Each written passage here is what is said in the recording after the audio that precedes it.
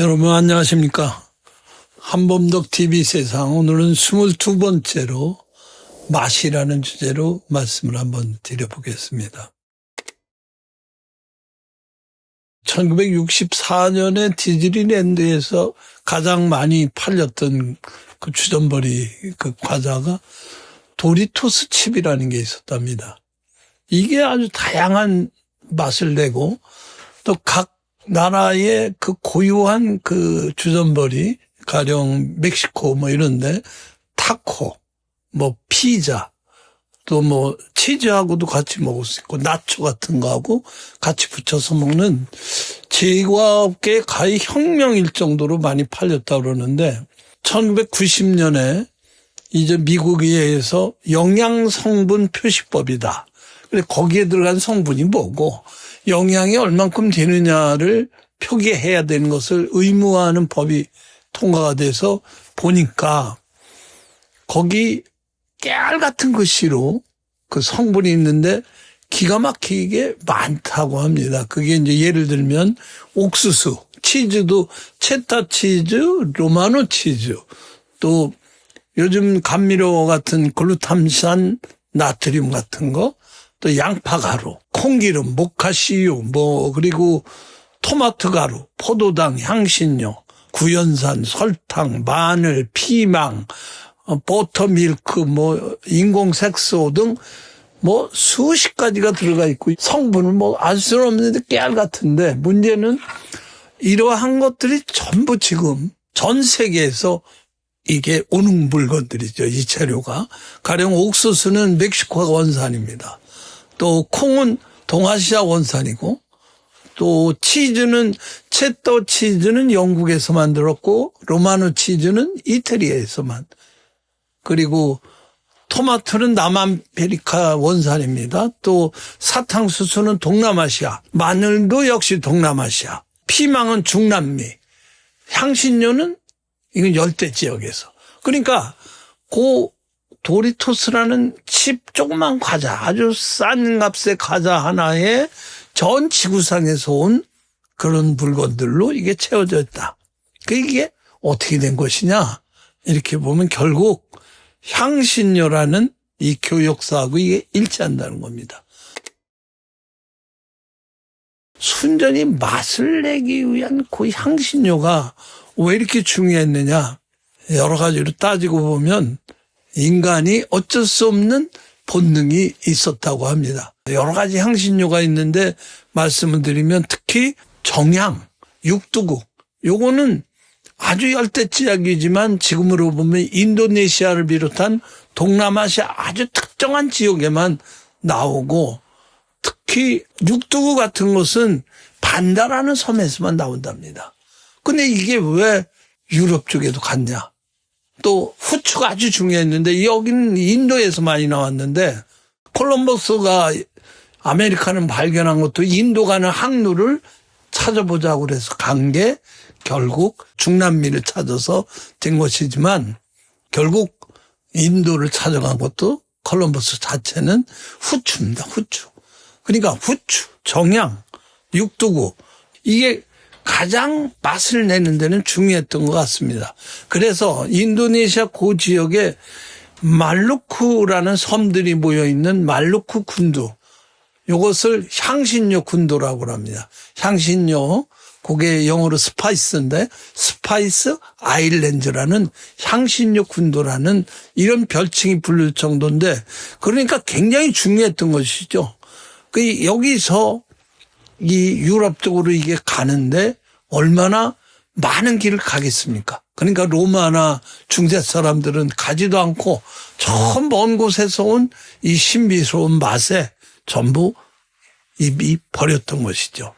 그러한 역사를 가지고 이것이 결국 향신료가 따라오는 데 따라서 무역이 성립됐던 모양입니다. 그래서 배를 타는 항해술이 발달하고 종교가 퍼져나가고 있습니다. 특히 이 향신료 역사에 의해서 가장 큰 확산을 한 종교는 이슬람교입니다. 특히 무슬림 대상들에 의해서 이 인도네시아에서 나오는 향신료를 가지고 인도양을 거쳐 페르시아, 아라비아 반도를 거쳐서 중동 지방 그리고 중세 유럽까지 가게 된 역사를 보면 거의 그 당시로서는 세계적인 항로, 육로를 거쳐서 유럽인의 식탁에 오게 된 것인데 그 이유는 향신료 때문이라고 그럽니다. 이 정향이라는 것은 인도네시아 수마트라 섬에 이게 나오는데 말레이시아 항구하고에서 아까 말씀드린 인도 남쪽의 스리랑카 그리고 인도 남부의 페르시아만 그리고 아라비아 반도 이라크 지역에 가고 마찬가지로 육두구는 인도네시아 반다라는 섬에서 유일하게 생산했는데 그래서 이 지역을 일찍이 중세시대 16, 17세기 네덜란드 상인들이 가서 점령을 하고 동인도 회사를 만들어서 이 향신료를 캐내고 이걸 갖다가 보급을 했던 것입니다. 나중에 영국하고 이 무역전쟁을 이뤘는데 영국하고 네덜란드하고 전쟁에서 서로 합의한 결과 향신료인 반다는 네덜란드가 가져라. 네덜란드는 필요 없는 걸 줘야 되니까 지금의 뉴욕, 옛날에 뉴 암스테르담을 영국한테 이거 쓸데없으니까 줘라 할 정도로 말도 안 되는 거래지만 그만큼 향신료 교역은 엄청났던 것 같습니다. 또 여기에 후추 같은 것도 가장 고급스러운 향신료로 대접을 받았는데 일례로 들어서 1606년 9월 포르투갈의 리스본 항구에 가까운 곳에 화물선이 침몰했습니다. 인도를 갔다 온 9개월간 항해를 한 배인데 이게 바로 항구를 앞에 두고 빠진 모양인데 1996년에 이걸 인양을 해보니까 거기 금화, 은화, 도자기, 식기도 나오고 그러는데 이거 볼 일도 없는데 뭘 이렇게 많이 가져왔나 봤더니 통후추가 무진장 나온 겁니다. 이게 지금으로 보면 수백만 달러 가치였는데 지금이야 후추가 어디 그렇게 값이 나가나요? 그런데 당시는 후추 1파운드가 금 1파운드의 몇 배 가치였다니까 가히 어떤 보물섬인 건 아니죠. 그러면 왜 이렇게 후추에 향신료에 가치가 있었느냐? 이게 만만은 아니었던 모양입니다.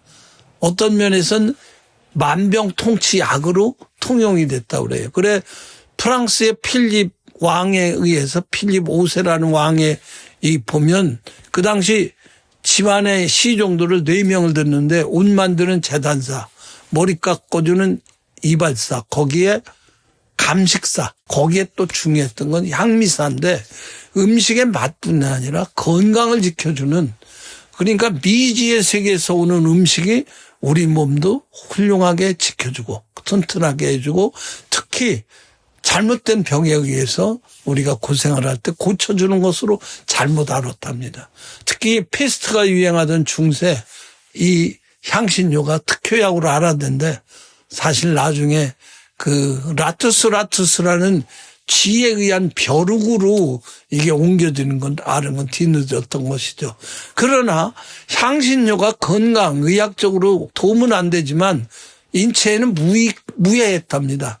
그렇기 때문에 향신료 이 보급의 역사가 결국에는 여러 가지 의학 처방전에도 나중에 통용이 됐다고 그러니까 어떤 면에서는 건강에 대한 잘못된 정보에 기인하고 또 하나는 머나먼 이지의 세계에서 온 신비로운 맛을 보는 것으로 여러 가지 역할을 해서 이게 결국 교역사에 큰 힘을 줘서 그 당시로서는 남아메리카, 북아메리카에 발견되기 전에는 아시아와 유럽을 잇는 교역으로 그 가운데 이 중동 무슬림 지역이 있고 오늘날 이슬람 지역의 분포도를 보면 정확하게 향신료의 이 분포와 일치한다는 것을 볼 때 향신료가 주었던 세계적인 역사적인 위치를 여러분 짐작하시라고 봅니다. 그러면 왜 이렇게 향신료가 열대 지역에만 나왔느냐? 당시 지중해 지역은 제레미 다이아몬드 교수가 쓴 총균세에 의하면 이 향신료를 어떻게든 기를 수 없었답니다. 왜 그러냐면 향신료는 열대 지역에 나오는데 열대 지역에는 얼마나 다양한 다른 생물들이 들어가 있습니까? 그러니까 식물 자체가 자기 열매 씨앗에 화학물질, 일종의 독이죠. 그래서 다른 포식자나 다른 생물한테 잡아먹히지 않으면서 자기들이 번식하는 이런 게 발달했던 것이고, 반대로 온대 지역인 지중해 연안은 이 열매가 좀 큰 대립종, 밀과 보리 같은 것이 경작하게 좋아서 그런 일이 있었던 모양입니다. 오늘날 사실 문명의 발생지는 열대 지역보다는 온대 지역, 소위 밀, 보리 같은 대립종이 자생, 경작하는 그런 지역으로 이루어지는 것을 보면 짐작할 수 있을 것입니다. 맛을 찾는 인간의 그 본능이 세계의 역사를 만들고 종교를 전파시키고 문화를 안착시키는 지대한 역할을 했다는 것으로 보면 인간의 입맛이라는 것이 얼마나 중요한가를 향신료에서 알 수 있을 것입니다. 여러분, 감사합니다.